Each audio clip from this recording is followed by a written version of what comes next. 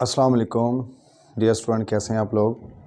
आज के इस लेक्चर में हम चैप्टर नंबर 14 उसकी बहुत ही इम्पॉर्टेंट एग्जांपल्स को करने लगे हैं। पहली वीडियो में आप लोगों को चैप्टर का इंट्रो करवाया था, चैप्टर की डेफिनेशन जो चैप्टर का हमारे पास ट्रिग्नोमेट्री के solutions of the trigonometric equations है उसे हमने पढ़ा था, डेफिनेशन को अच्छे से अंडरस्टैंड किया था और एक एग्जाम्पल को हमने डील किया था। तो जिन स्टूडेंट्स ने वो लेक्चर नहीं पढ़ा पहले उसे आप दोबारा पढ़ लें और ताकि आप लोगों को इस चैप्टर की बेस आप लोगों की स्ट्रॉन्ग हो जाए। ये चैप्टर बच्चे समझते हैं कि बहुत मुश्किल है, जबकि इसमें कुछ भी नहीं है। एग्जाम्पल नंबर हमारे पास जो है 2 एग्जाम्पल है, उसका जो स्टेटमेंट हमारे पास यहाँ पे लिखा हुआ है कि solve the equation 1 + cos x = 0। ये आपके पास इक्वेशन है, ट्रिग्नोमेट्रिक इक्वेशन है। डेफिनेशन हमने पढ़ी थी, the equations containing at least one trigonometric function are called trigonometric equation. तो हमारे पास यहाँ पे 1 + cos x = 0 है। सोल्यूशन में 1 + cos x = 0 प्लस cos इधर आके क्या हो जाएगा -1 आ +1 इधर आके माइनस आ जाएगा, -1 हो जाएगा। देन इसके बाद आप देखेंगे यहाँ पे cos x = -1 आपके पास लिखा हुआ है, -1। तो यहाँ पे एक्सप्लेन इसके जैसे कि लास्ट एग्जांपल में आप लोगों ने एक्सप्लेन किया था, ऐसे मैं ज़रा थोड़ा सा आपको यहाँ पे भी बता दूँ कि sin x = 1/2 एक्सप्लेन किया था कि वैल्यू पॉजिटिव है और पॉजिटिव फंक्शन सारे फंक्शन 2 क्वाड्रेंट में पॉजिटिव होते हैं और 2 क्वाड्रेंट में नेगेटिव होते हैं। तो साइन जो था फर्स्ट और सेकंड क्वाड्रेंट में पॉजिटिव होता है। तो सेम केस आपने इस एग्जांपल में रिपीट नहीं करना, क्योंकि ये एक स्पेशल एग्जांपल है। आपके पास वैल्यू -1 है, -1 आप लोगों ने जो पीछे वाला प्रोसीजर है, जैसे कि साइन एक्स के लिए आपने एक्सप्लेन किया था कि since sine is positive in first and second quadrant with reference angle पाई/6 पढ़ा था आप लोगों ने, इसके लिए पाई/6 पढ़ा था। तो इसके लिए ऐसे नहीं बोलना कि since cos is negative in second and third quadrant. Cause जो है वो नेगेटिव होता है, दूसरे में भी होता है और उसके अलावा आपके पास तीसरे में भी कॉज की वैल्यू नेगेटिव होती है।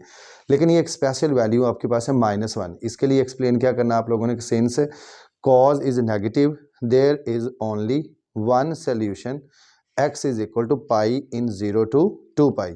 कि आप जब काउंटिंग शुरू करते हैं 0 से लेके 360 तक आप गिनती गिनते हैं और रास्ते में आपके पास वास्ता पड़ता है 180 से। तो जब cos 180 डिग्री कैलकुलेटर पे लिखेंगे तभी आपको -1 मिलना है। तो -1 आपको सिर्फ एक पॉसिबिलिटी है जो कि 0 से लेकर 360 तक है और आपके पास कोई भी ऐसा एंगल नहीं है जिसके लिए आपको सोल्यूशन -1 मिले। इसलिए यहाँ पे ये बात हुई है कि कॉज नेगेटिव ज़रूर है, लेकिन इसका सोल्यूशन क्या है? Only one solution, there is only one solution x = pi in 0 to 2 pi। -1 दोबारा फिर आपको मिलेगा, बार बार मिलेगा, इनफाइनाइट टाइम मिलेगा। लेकिन कैसे? कि जब आप 360 यानी कि आपके पास 180 डिग्री है ना, 180 डिग्री और इससे में जब आप ऐड करोगे 360 डिग्री तो आपके पास 0 6 और 8 कितना आ जाएगा? 14 4 ये 5, यानी कि आप कैलकुलेटर पे cos 540 डिग्री लिखोगे तो तब भी आपको आंसर -1 मिलेगा। लेकिन जो हम बात कर रहे हैं कि 0 से लेके 2 पाई, 0 से लेके 2 पाई के अंदर तो सिर्फ एक वाद पाई है जिसके लिए आपका सोल्यूशन क्या आता है? -1। बाकी जो इसके इनफाइनाइट टाइम सोल्यूशन के लिए जो डिस्कशन करनी होती है वो हमारा सोल्यूशन चला जाता है जनरल सोल्यूशन में, वो बात हमारी वहाँ पे हो जाती है। तो इसलिए यहाँ पे आपने वो सेकंड और थर्ड वाला कॉन्सेप्ट यूज़ नहीं करना, क्योंकि आपकी सिर्फ बाउंड्री के ऊपर जब रेक्टेंगुलर कोऑर्डिनेट सिस्टम आपका एंगल यहाँ पे आ रहा है 180, तो आपके लिए एक स्पेशल वैल्यू है। तो दोबारा फिर यहाँ पे फर्दर आप ऐसे चेक करते जाएंगे आपके पास, तो हर 360 के इजाफे से आपके पास वैल्यू क्या आती जाएगी? -1।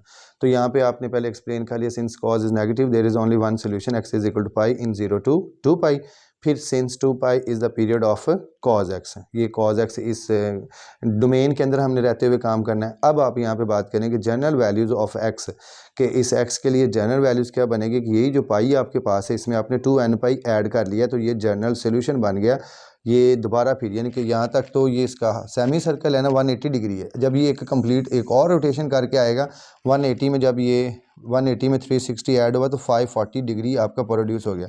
540 के लिए 1 रोटेशन है, फिर इसी तरह सेकंड रोटेशन, फिर फोर्थ रोटेशन, इसी तरह ये एंटी क्लॉकवाइज रोटेशन और क्लॉकवाइज रोटेशन के अंदर आप देखेंगे तो आपके पास हर रोटेशन के लिए जो है 180 में 360 ऐड हो रहा है या सब्ट्रैक्ट हो रहा है, उनके लिए वैल्यूज़ आप लोगों की हमेशा सेम आएंगी। तो general values of x is pi plus 2n pi and n belong to set of integer. और इसी सोल्यूशन को जो जनरल वैल्यूज इसे आपने ब्रैकेट्स के अंदर क्लोज कर देना, यही आपके पास है solution set and n belong to set of integer. यही एग्जांपल जितना आप लोगों की बुक पे लिखा हुआ है सिंपल आप लोगों ने यही करना, और इसके अंदर कोई और आप छेड़छाड़ करेंगे तो ये क्वेश्चन आप लोगों का रॉन्ग कंसिडर होगा। अकॉर्डिंग टू टेक्स्ट बुक आप फॉलो करें और अपने क्वेश्चन को कंप्लीट रखें। नेक्स्ट आपके पास ये एग्जांपल नंबर 2 है। अब आगे एग्जांपल नंबर 3 जो आपके पास टेक्स्ट बुक में लिखी हुई है कि solve the equation 4 cos square x minus 3। Example number 3 जो है उसकी स्टेटमेंट आपके पास है 4 cos square x minus 3 is equal to 0। बहुत ही आसान है, ये आ जाएगा 4 cos square x minus 3 is equal to 0। मैं उम्मीद करूंगा कि इंशाल्लाह अगर चैप्टर नंबर 14 के पहला लेक्चर और दूसरा लेक्चर आप लोगों ने अच्छे तरीके से अंडरस्टैंड कर लिया होगा तो फिर एक्सरसाइज को कंटिन्यू करना आप लोगों के लिए बिल्कुल प्रॉब्लम नहीं होगा, क्योंकि जो बातें आप लोगों को यहाँ पे सिखाई जा रही हैं वो सारी की सारी सेम एज इट इज़ आगे अप्लाई होनी है। यहाँ पे देखें कि सबसे पहले यहाँ पे इसे सिंप्लीफाई कर लें। 4 cos स्क्वायर एक्स माइनस 3 या राइट साइड पे आके पॉजिटिव 3 हो जाएगा। आपके पास cos स्क्वायर एक्स 4 मल्टीप्लाई हो रहा है तो इधर आके ये डिवाइड हो जाएगा। स्क्वायर आप ख़त्म करेंगे तो cos x is equal to आ जाएगा plus minus 3 by plus minus आपके पास आ जाएगा 3 का स्क्वायर रूट, क्योंकि स्क्वायर ख़त्म करने से राइट साइड पे स्क्वायर रूट लेना पड़ता है, तो वो आपके पास आ जाएगा plus minus 3 square root by 2। दो केस आपके पास प्रोड्यूस हो गए, पॉजिटिव भी और नेगेटिव भी। तो यहाँ पे केस नंबर 1 डील करें आप पॉजिटिव के लिए। Case 1, if cos x is equal to positive 3 square root by 2। ये आपके पास डाटा है, जैसे साइन के लिए आपने एक्सप्लेन किया, अब इसके लिए भी सेम एक्सप्लेनेशन आपके पास है। पॉजिटिव वैल्यू आपके पास है। cos पॉजिटिव किस में होता है, पहले और चौथे में होता है। Since cos x is positive in first and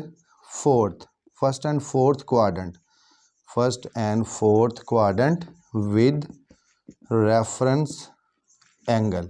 reference angle क्या है, ये वैल्यू आपको बता रही है कि आपका रेफरेंस एंगल क्या है। एक्स की जगह पे क्या लिखें कि ये आ जाए। कॉस कौन सा एंगल होता है जिस पे ये वैल्यू आती है, cos 30 की वैल्यू जो है ना 30 को आप लिखते हैं रेडियन की फॉर्म में π/6, तो आपके पास आ जाएगा π/6 रेफरेंस एंगल आ गया। देन आप फर्स्ट क्वाड्रेंट के लिए काम करना चाहेंगे तो x इज इक्वल टू π/6 आ गया, और आपने काम करना फोर्थ क्वाड्रेंट के लिए तो आ जाएगा 2, वहाँ पे आ जाएगा आपके पास x is equal to 2 pi minus π/6। 6 आपका एलसीएम आएगा, 6 2 पाई से मल्टीप्लाई होकर 12 पाई माइनस पाई, तो आपके पास आ जाएगा 11 π/6। और इधर साथ हम मेंशन करेंगे कि where x belong to 0 to 2 pi, as 2 pi is the period of cos x। Case number 1 deal हो गया, और इसके लिए आप जनरल वैल्यूज भी लिख लें। General values for x are, x के लिए जनरल वैल्यूज़ क्या आएंगी, π/6 प्लस 2n पाई और 11 π/6 प्लस 2n पाई, और n belong to set of integer. Case number 1 positive डाटे के साथ। केस नंबर 2 जो आपके पास है, if cos x is equal to -3 square root by 2। बिल्कुल सेम एक्सप्लेनेशन, इसी तरह ही आप लोगों ने लिखना है कि since cos x is negative in second and third quadrant। Function जो cos है ये दूसरे और तीसरे में नेगेटिव होता है with reference angle x is equal to π/3। Negative और positive, very important point, negative और पॉजिटिव सिर्फ आपको क्वाड्रेंट में जाने का रास्ता बताता है। जो रेफरेंस एंगल है वो हमेशा ऑल टाइम जो है वो आपका क्या होगा, positive. Very important MCQs paper में आता है, आप लोगों से रेफरेंस एंगल पूछा जाता है। आप लोगों को पजल करने के लिए पेपर में ये सवाल आता है कि sine x is equal to -1 लिखा हुआ है, इसका रेफरेंस एंगल क्या है। तो 4 ऑप्शन आपके पास हैं।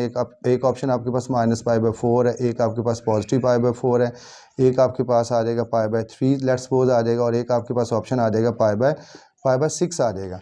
तो बच्चा जब देखता है ना कि ये -1 वैल्यू, जिनकी अंडरस्टैंडिंग नहीं होती, जिन्होंने ये चैप्टर को नहीं पढ़ना होता, समटाइम तुक्का भी लगाना पड़ जाता है, तो क्या होता है फिर कि वो नेगेटिव दे के वो कहते हैं कि रेफरेंस एंगल हमारा क्या है, नेगेटिव है। तो यहाँ पे -45 -π/4 लिखेंगे तो आंसर आपका -1 ही आता है, नो डाउट कि -1 ही आता है।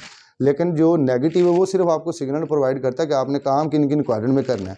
रेफरेंस एंगल आपका हमेशा क्या होगा, पॉजिटिव होगा, π/4 होगा। और इस तरह के आप जितने मर्जी एमसीक्यूज अपने बना लें, पढ़ लें, और साथ साथ इस यूनिट में बाकी जब लेक्चर होंगे तो आप लोगों को रेफरेंस एंगल के बारे में बताता रहूँगा। बट आपके लिए यहाँ पे यही काफ़ी है कि आप अपने माइंड में ये बात सेट कर लें कि जो रेफरेंस एंगल है वो हमेशा पॉजिटिव है और इस तरह का एमसीक्यूज आना है और वो आप लोगों ने उसका नंबर ड्रॉप नहीं होने देना।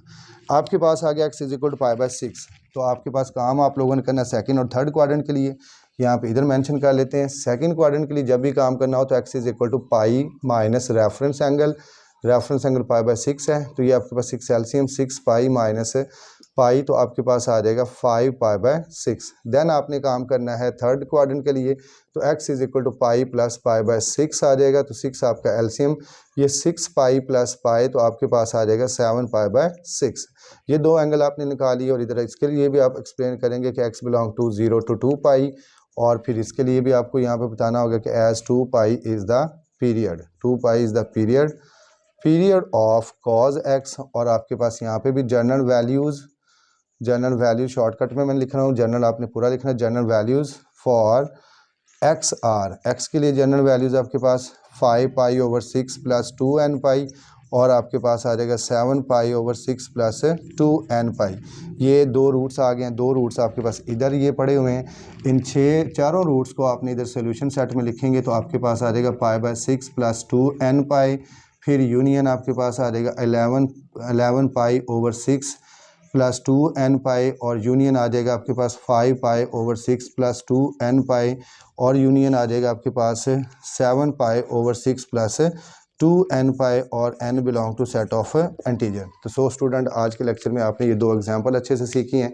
इंशाल्लाह नेक्स्ट लेक्चर में आपको नेक्स्ट एग्जांपल्स और क्वेश्चन के साथ आऊँगा। तब तक अपना बहुत ख्याल रखिएगा। खुदा हाफिज़।